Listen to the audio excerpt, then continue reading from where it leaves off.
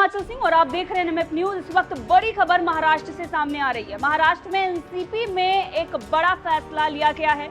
ये फैसला है सुप्रिया सुले और प्रफुल्ल पटेल को लेकर। जी हाँ, अभी तक शरद पवार जो थे वो एनसीपी के अध्यक्ष थे, लेकिन आपको बता दें कि शरद पवार के साथ साथ अब सुप्रिया सुले और प्रफुल्ल पटेल भी एनसीपी की देखभाल करेंगे। दोनों कार्यकारी अध्यक्ष के तौर पर काम करेंगे।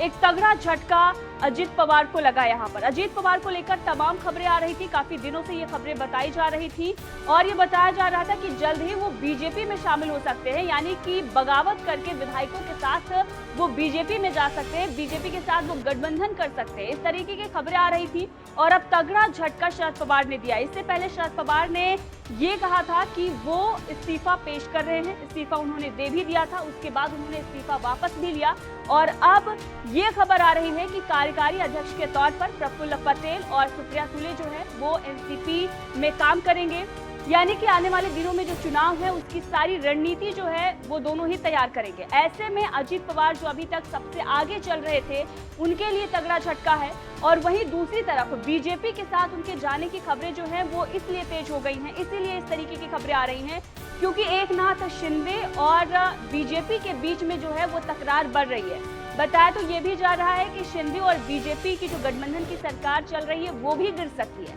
अब इसी बीच एनसीपी का ये फैसला और अजीत पवार का बीजेपी में जाना, इस तरीके के कयास लगाए जा रहे हैं।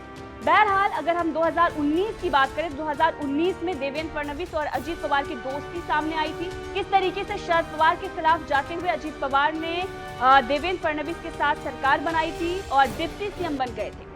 अब एक बार फिर से यही बताया जा रहा है कि अजीत पवार जो है वो महाराष्ट्र के सीएम बनेंगे और देवेंद्र फडणवीस जो है वो उप मुख्यमंत्री बनेंगे, यानी कि अजीत पवार का सीएम बनने का जो सपना है वो पूरा होगा।